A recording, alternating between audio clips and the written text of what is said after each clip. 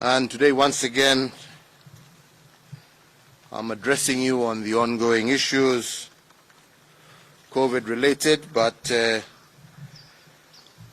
I really just wanted to take this opportunity to reflect with you the state of our economy. And before I do so, I'd like to make a quick observation, because whenever we talk about our economy, as government, normally what we do is just bombard you with figures and statistics without a human face.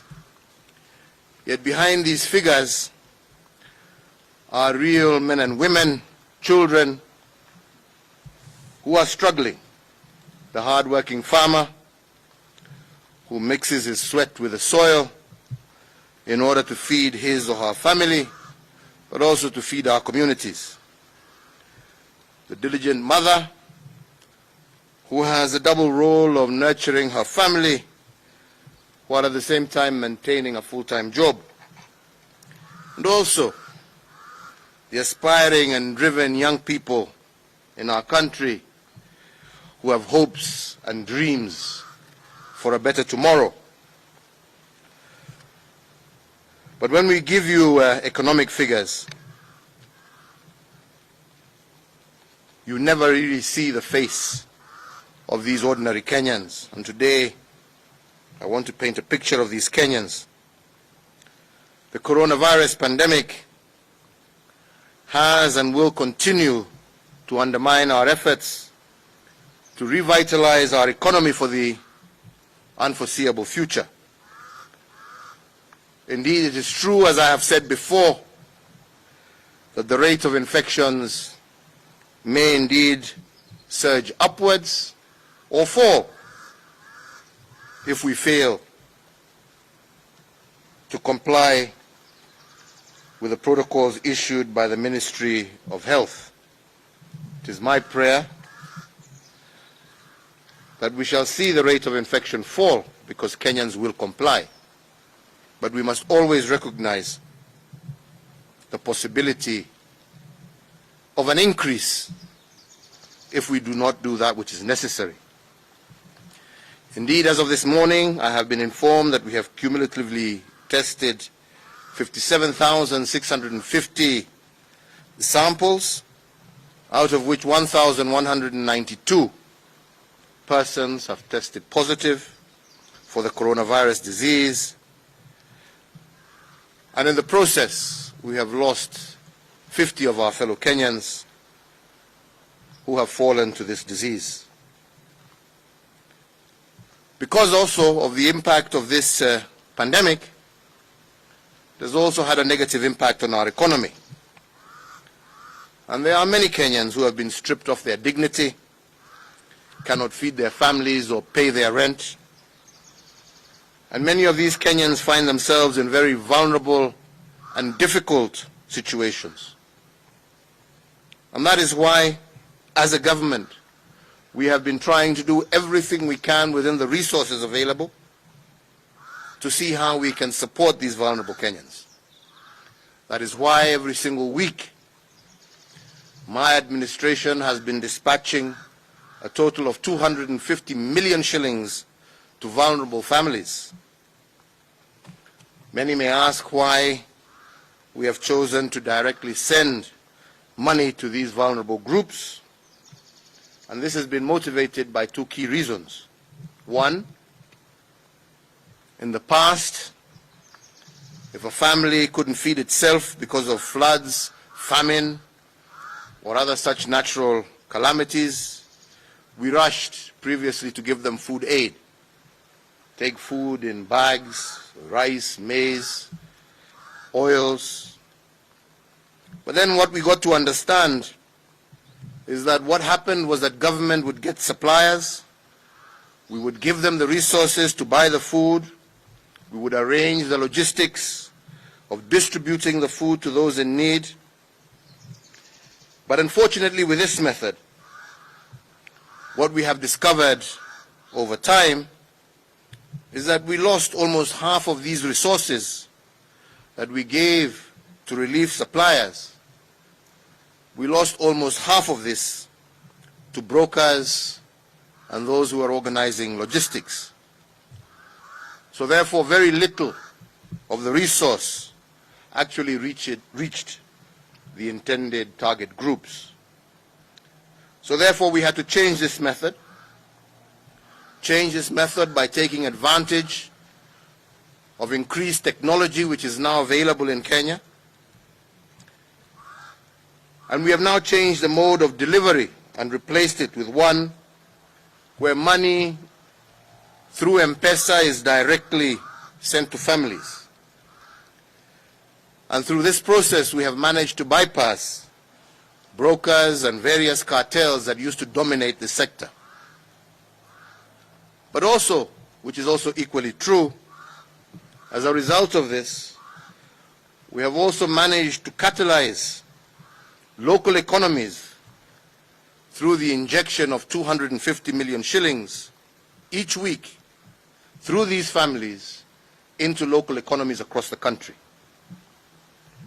Money in the hands of a family also restores dignity, for it gives people the power to make economic choices in their local spaces and not depend on lining up waiting for food relief.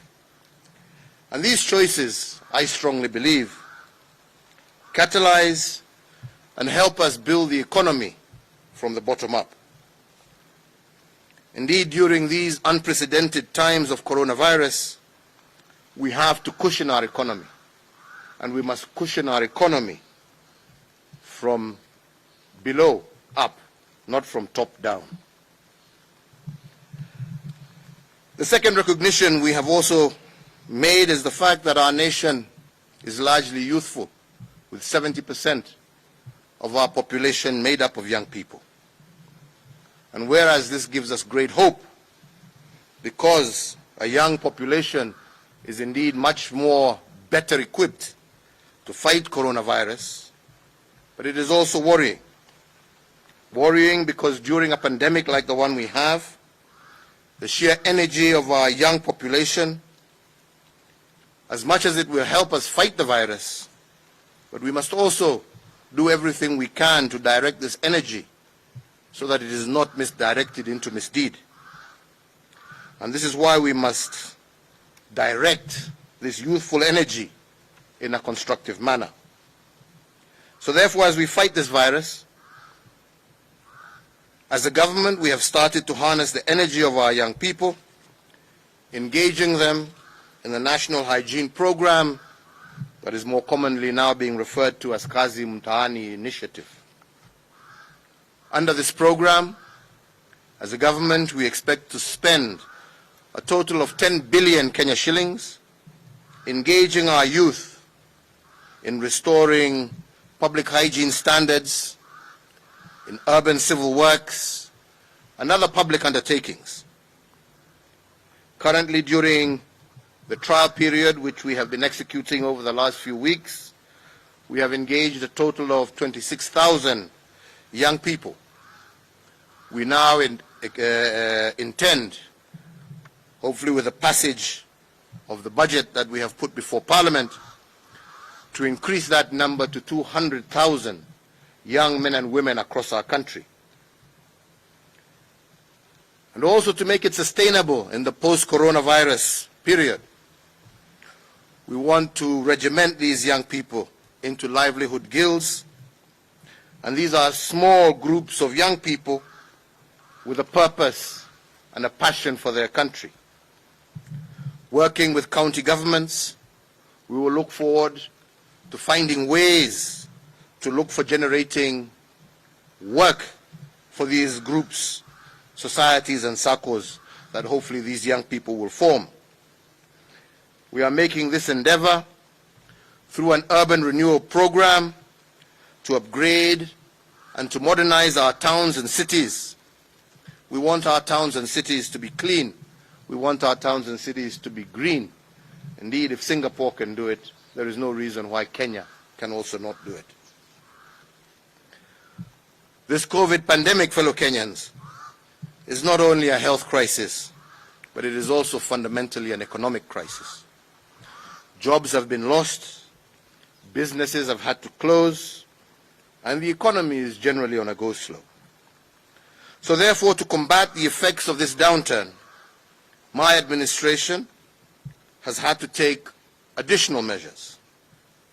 Today, I am happy to announce the rolling out of my 8-point economic stimulus program, amounting to some 53.7 billion Kenya shillings. The injection of this money into the economy will stimulate growth and cushion families and companies as together we navigate our way out of the COVID-19 pandemic. The first element of this 8-point program will focus on infrastructure. Fellow Kenyans, I'm sure you are all aware of the damage that has been caused to our infrastructure as a result of the ongoing rains. And this has affected our country across the entire length of our borders. To address this challenge in the short term, as a government, we intend to rehabilitate damaged access roads, footbridges, and other public infrastructure.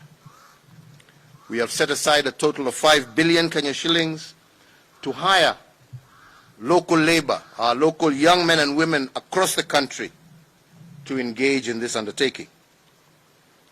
We are convinced as a government that with the use of local labor and local construction materials, in line with our Buy Kenya, Build Kenya policy, we will be able to stimulate and support micro and small businesses across the country.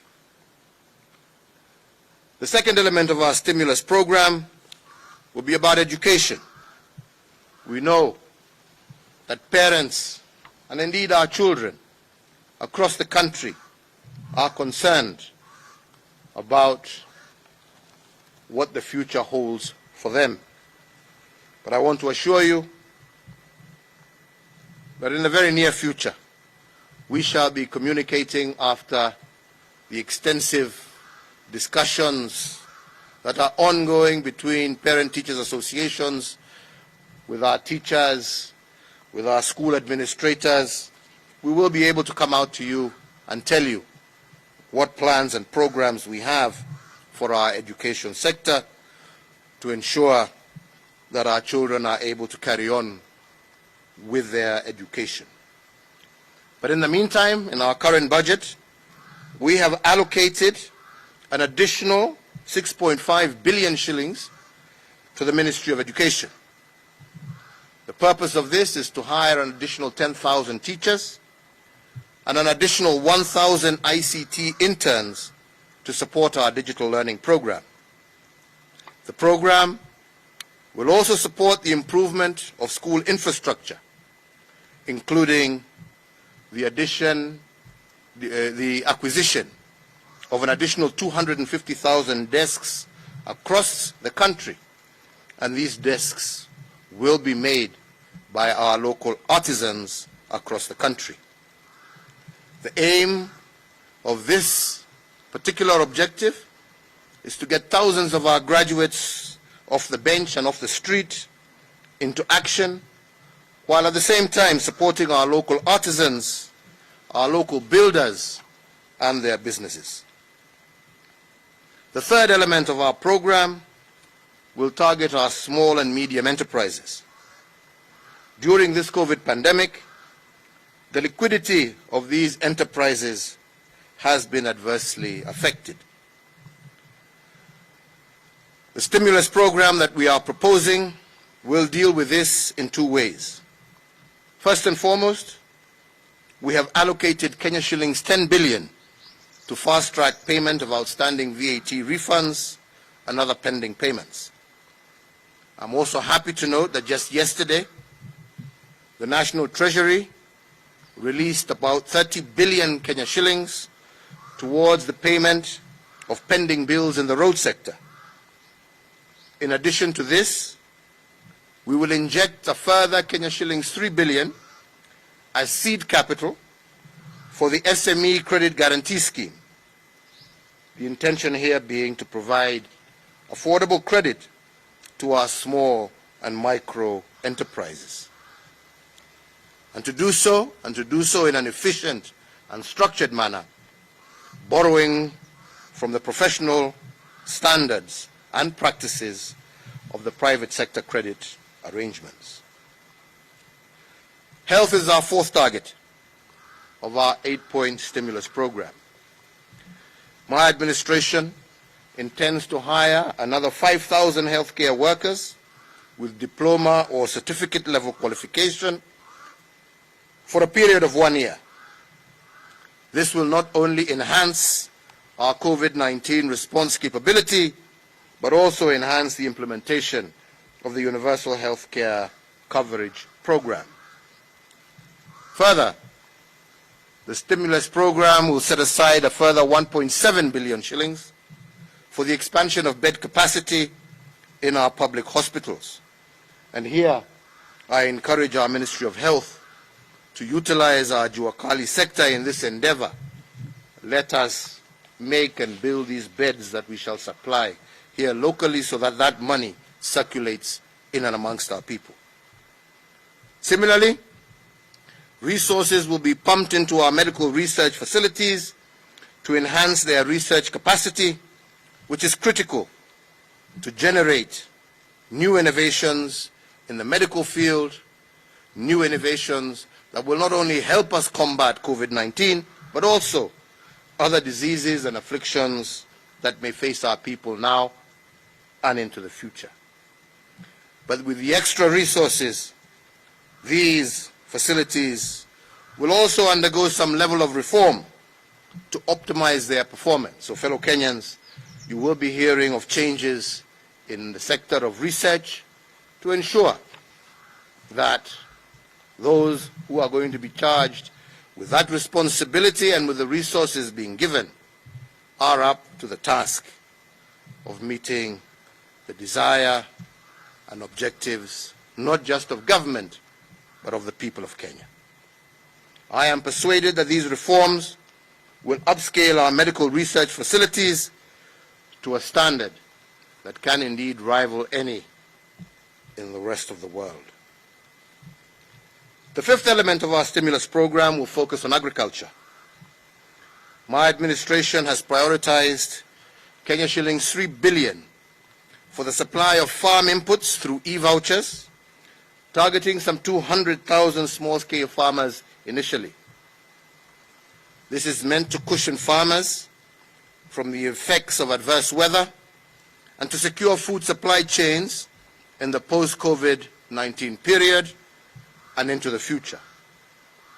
Further, under this program, we also have allocated a further Kenya shillings 1.5 billion that will be set aside to assist our horticultural and flower producers to continue accessing international markets in this period where we have a shortage of flights into and out of our country.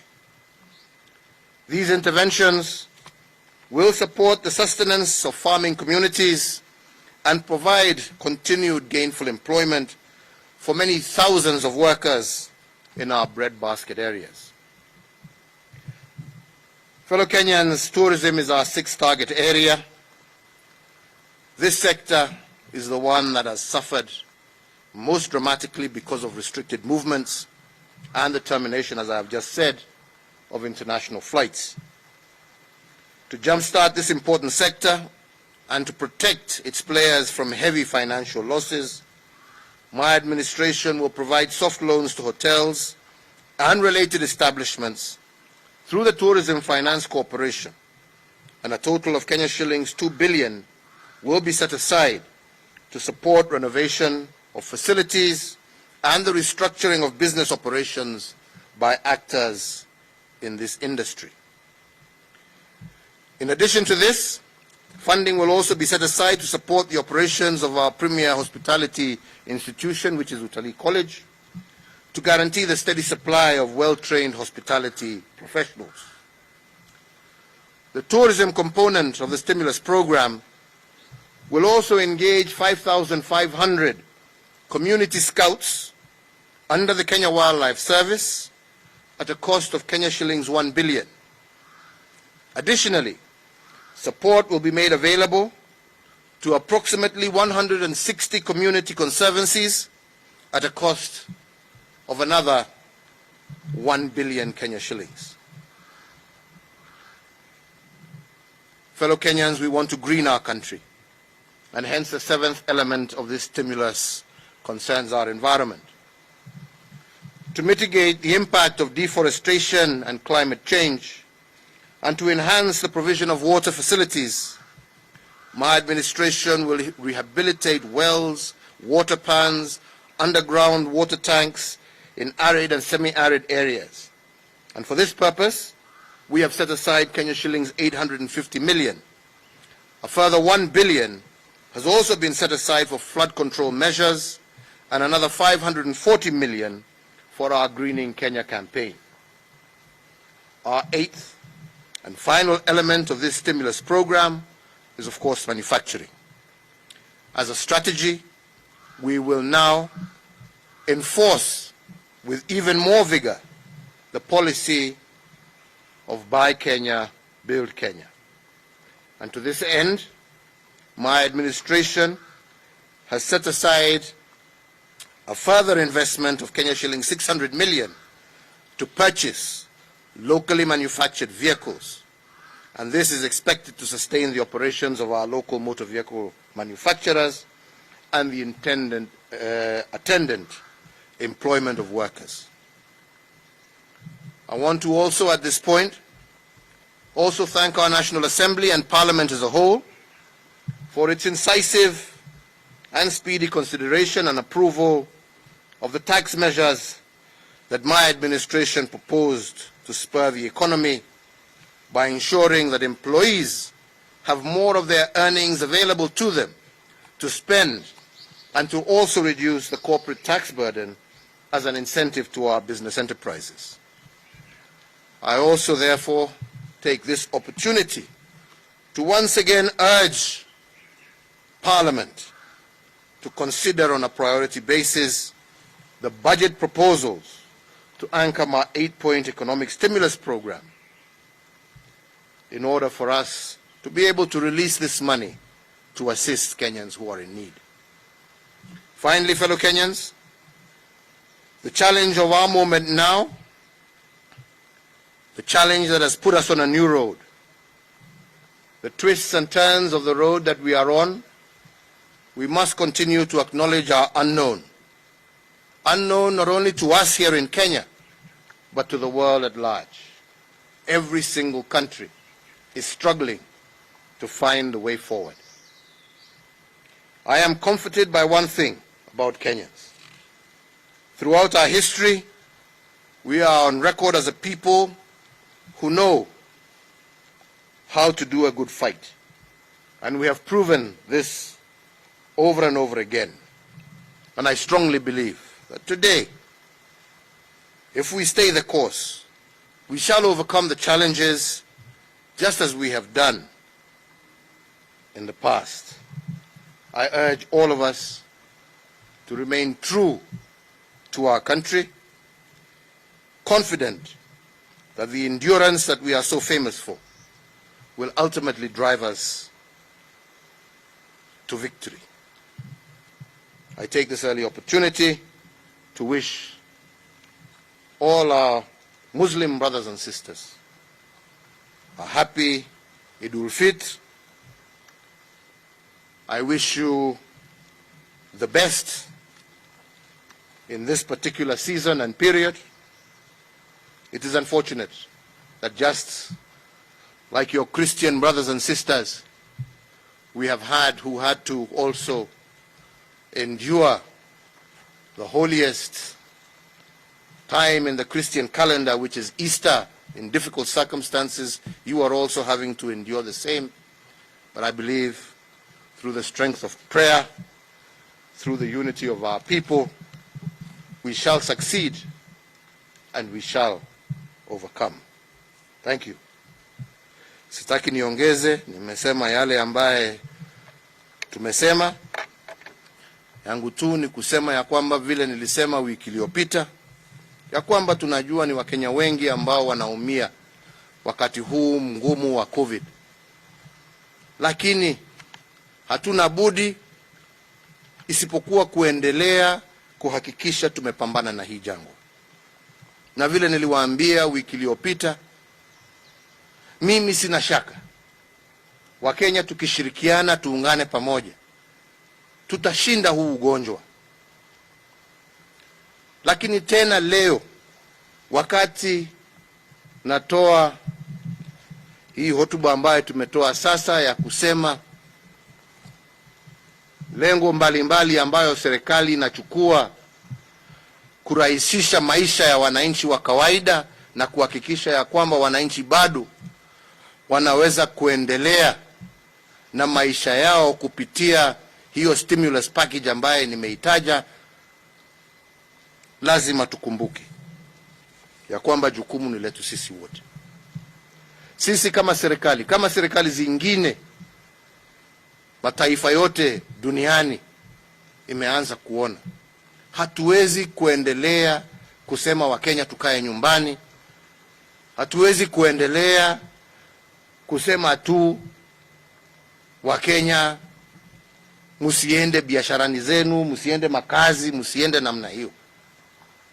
Lakini ile kitu ambaye itatusaidia kwa kikamilifu kuhakikisha ya kwamba tumeweza tena kufungua uchumi wetu na wananchi waweze kuendelea na maisha yao ya kawaida, nimewaambia wenzangu, hii haitakuwa kwa sababu ya yale serikali itatenda. Itakuwa kwa sababu ya yale kila mmoja wetu kwa kibinafsi atafanya. Wewe uko na jukumu ya kuhakikisha umechunga mwenzako. Tukianza kupanua na kufungua uchumi wetu, wewe ujue ya kwamba usipotii masharti ambaye tumepatiwa, sio wewe peke yako utaumia, unaumiza pia mwenzako kwa kazi ambao unafanya. Ukienda nyumbani umeumiza mama, umeumiza mtoto. Kwa hivyo wakati umefika, na nimeambia mawaziri wetu na haswa maofisa wetu wa afya waanze kuambia Wakenya, waanze kuwaeleza Wakenya ya kwamba hatuwezi kuendelea na lockdown, hatuwezi kuendelea maisha na curfew. Na tukifungua hii ugonjwa ukianza kuenea, Wakenya lazima mjue ya kwamba itaenea kwa sababu sisi wenyewe, mimi Uhuru, Matiang'i, wewe na ule mwingine, hatujatimiza yale masharti ambayo tumepatiwa. Lakini tukiyatimiza, wenzangu, tutapona. Tukiyatimiza, wenzangu, we shall overcome. Tutashinda. Mimi sina shaka na hiyo. Na ndipo naendelea kusema hata wakati huu ambapo sasa tuatii masharti ya curfew na yale mengine ambaye tumeweka kama serikali, itafika wakati ambapo lazima kama nchi zingine tutafungua taifa letu. Na wakati wa kufungua, jukumu sasa itarudi kwako, itarudi kwangu kibinafsi, kuhakikisha ya kwamba umejilinda, umelinda wale unapenda na unalinda wale mnafanya kazi pamoja na wao. Kwa hivyo wenzangu, hayo machache ambayo tumetaja ni yale ambayo tumeongezea kwa sababu shughuli za serikali za kikawaida na bajeti yetu yaendelea kawaida. Yale ambayo tumetangaza leo ni yale tumeongeza tu kwa sababu vile nimesema tumeweka bilioni 10 kusaidia wale ambao wameathirika zaidi. Lakini msisahau Wakenya, bado kwa bajeti yetu tuko na ile bilioni 30 billion ambayo bado iko kwa bajeti, kumaanisha ya kwamba mwaka huu ambao ni mwaka wa kipekee kwa sababu ya huu ugonjwa, sasa tuko na 40 billion ambaye tumeweka kama serikali kusaidia jamii ambayo zimeangamia zaidi. Kwa hivyo wenzangu, tusaidiane, tupendane, tushirikiane, tusaidiane, tuhakikishe ya kwamba tumeshinda hii jangwa na Kenya yetu na Wakenya wamefaulu. Kwa hayo machache nasema Mungu aendelee kuwabariki. Mungu aendelee kubariki taifa letu la Kenya. Kwa wenzetu Waislamu tuwasema Idul Fitr. Mungu aendelee kuwalinda na kuwaongoza. Najua kwa wengi wenu hii ni wakati wa sherehe, lakini kama Wakristo wenzenu, Wakenya wenzenu ambao ni Wakristo, hata hawa wakati ya Easter muliona tukisherehekea Easter, kipindi kitakatifu kabisa katika kalenda ya Wakristiano, lakini tulisherehekea kila mtu kwake kwa sababu ya hii ugonjwa. Jameni, tushirikiane. Mungu ni moja, Mungu atupenda zote, na mimi naamini pahali popote tulipo, hata kama hatutakuwa na wenzetu tuwapenda, tuendelee kumshukuru Mungu kwa yale ametutendea na kuendelea kumuomba atuondolee shida na jangwa ambazo za kumba nchi yetu na dunia yetu kwa jumla. Asanteni sana na Mungu awabariki. Asanteni.